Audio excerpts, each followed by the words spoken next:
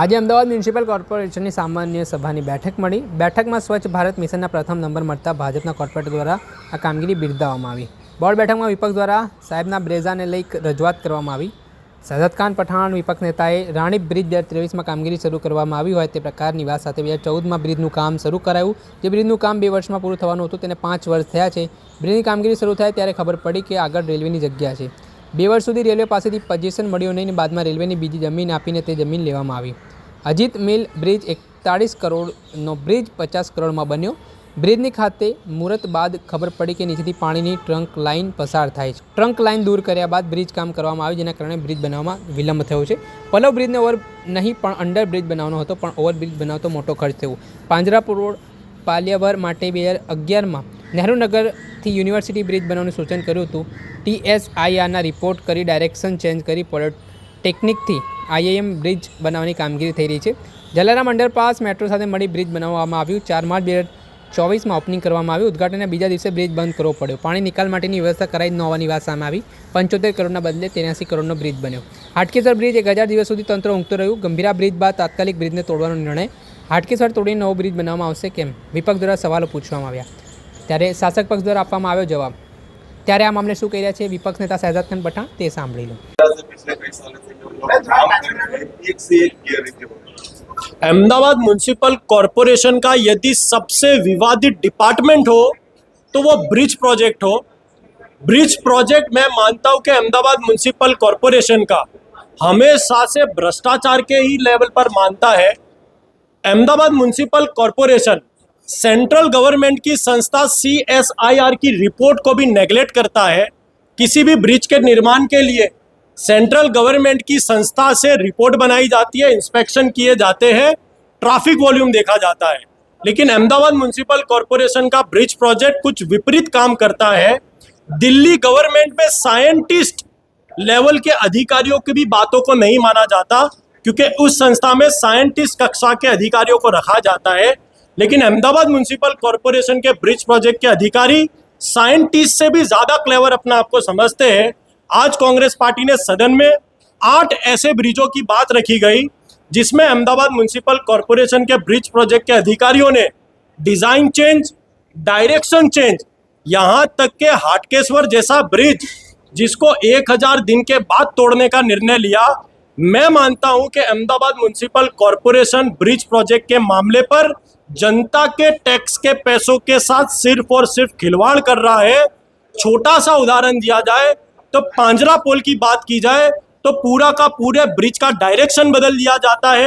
Hatkeshwar bridge की बात की जाए तो आज सदन में भारतीय जनता पार्टी ने कहा कि हाटकेश्वर ब्रिज को तोड़ा जाएगा, लेकिन कांग्रेस पार्टी ने फिर से ब्रिज बनाने की मांग की गई तो कॉरपोरेशन के सदन में शांति और सन्नाटा छाया हुआ था।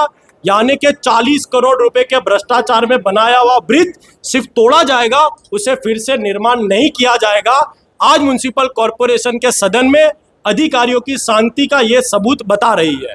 और दूसरा, व्हाइट टॉपिंग रोड कहीं ना कहीं मामले को घुमा रहा है, जबकि भ्रष्टाचार हो रहा है, इसलिए रोड टूट रहा है। सबसे पहले तो अहमदाबाद म्युनिसिपल कॉरपोरेशन में 2 वर्ष पहले भारतीय जनता पार्टी ने यह वादा किया गया था कि वॉर्ड दीठ 2 व्हाइट टॉपिंग के रोड बनाए जाएंगे। उस समय भी कांग्रेस पार्टी ने कहा था कि जो पार्टी डामर का रोड तो ठीक से बना नहीं पाती, वो पार्टी व्हाइट टॉपिंग का कार्य तो कैसे करेगी। लेकिन यही बात को रियलिटी में साबित हुआ कि अभी मॉनसून में जिस प्रकार से गड्ढे पड़े, 10,500 से अधिक फरियाद पिछले 50 दिन में सिर्फ सड़कों के गड्ढों के मामले में आई है। और व्हाइट टॉपिंग रोड, जो पार्टी डामर का रोड ठीक से बना नहीं पाई, वो पार्टी और वो Ahmedabad municipal corporation white topping का रोड भी बना नहीं पाया। व्हाइट टॉपिंग के रोड के मामले में भी भ्रष्टाचार सामने आया। नवा वाड़ेज की एक सड़क पर बने हुए व्हाइट टॉपिंग रोड के स्लैब को फिर से तोड़कर नवा बनाने की नौबत आई।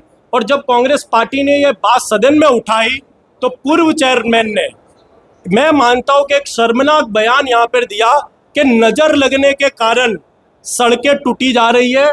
कांग्रेस पार्टी की नजर व्हाइट टॉपिंग पे लग रही है, इससे सड़कें टूटी जा रही है। मैं मानता हूं कि खुद का भ्रष्टाचार छुपाने के लिए, खुद की नाकामयाबी छुपाने के लिए यदि इस प्रकार की बयानबाजी की जाए तो मैं मानता हूं कि आने वाले समय में जनता उन्हें जवाब देगी। વિપક્ષ નેતા શહેજાદ ખાન પઠાણ તેમણે કેટલાક સવાલો પૂછ્યા છે, જેમાં શાસક પક્ષ દ્વારા આ મામલે જવાબ આપવામાં આવ્યો છે. આગામી દિવસોમાં બ્રિજ તોડવાનું કામ શરૂ કરવામાં આવશે. હાલ પૂરતો બ્રિજ બનાવવાનો કોઈ પ્લાન નથી. ભવિષ્યમાં જરૂર હશે તો બ્રિજ બનાવવામાં આવશે. મામલે સ્ટેન્ડિંગ કમિટીના ચેરમેન દેવંગ દાણી પણ વાત કરી રહ્યા છે. વરસાદી સિઝનમાં લોકોને પડી રહેલી હાલાકીને લઈને વિપક્ષ નેતા દ્વારા રજૂઆત કરવામાં આવી. વધુ માલતી આવાસ યોજનાની સમસ્યા દૂર થઈ નથી. 8 વર્ષ પહેલાં રૂપાણીજી ત્યાં મુલાકાતે ગયા હતા. હજુ સ્થિતિમાં કોઈ ફેર પડ્યો નથી. વરસાદી સિઝન લોકોને હાલાકી પડી રહી છે. વિપક્ષ નેતા દ્વારા મામલે રજૂઆત કરવામાં આવીને ખાડાની ઓનલાઈન 1,14 કમ્પ્લેન મળી છે. ભુવાની 1400 ફરિયાદ છે. જો તંત્ર કામગીરી કરતો હોય તો આવી ફરિયાદ કેમ મળે છે તે પ્રકારનો સવાલ પણ ઉઠાવવામાં આવ્યો. આ મામલે શું કહી રહ્યા છે ડેપ્યુટી ચેરમેન જતીન પટેલ તે સાંભળી લો. ડેપ્યુટી મેયર શ્રી વિપક્ષી નેતાએ જે દાવો કર્યો છે કે CSIRના રિપોર્ટ કે સૂચનો આપણું ડિપાર્ટમેન્ટ માનતું નથી, આ ચેલેન્જની સામે આપ શું?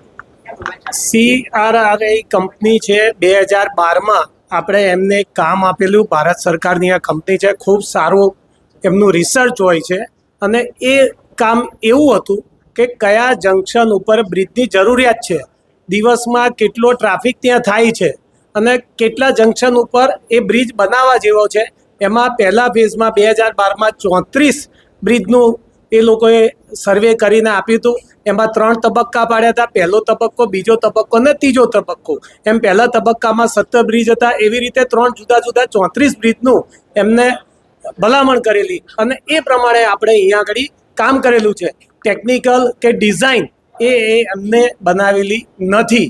માત્ર ને માત્ર ટ્રાફિકની ગણતરી કરી અને કઈ જગ્યાએ બ્રિજ બનાવવો જોઈએ એટલો જ રિપોર્ટ એમનો હોય છે. વિપક્ષનો જે દાવો છે એ તથ્ય છે તેના એ તદ્દન ખોટો છે. એ ડિઝાઇન બાબતે જે રીતે વાત કરતા હતા એ ખોટી છે. માત્ર ને માત્ર ટ્રાફિક અંગેનો જ એમનો રિપોર્ટ છે અને ખૂબ સરસ રિપોર્ટ અને સચોટ રિપોર્ટ CRRA આપેલો છે. આપણે સાંભળ્યા હતા શાસક પક્ષના ડેપ્યુટી ચેરમેન જતીન પટેલ. તેમનું પણ નિવેદન સામે આવ્યું છે અને જે આરોપ પ્રત્યારોપનો દોર જોવા મળે છે તેના કારણે રાજકારણ ગરમાયું છે. દર્શક મિત્રો, આન કવરેજ ન્યૂઝને આપ લાઇક કરી લો, સબસ્ક્રાઇબ કરી લો અને શેર કરવાનું ભૂલતા નહીં.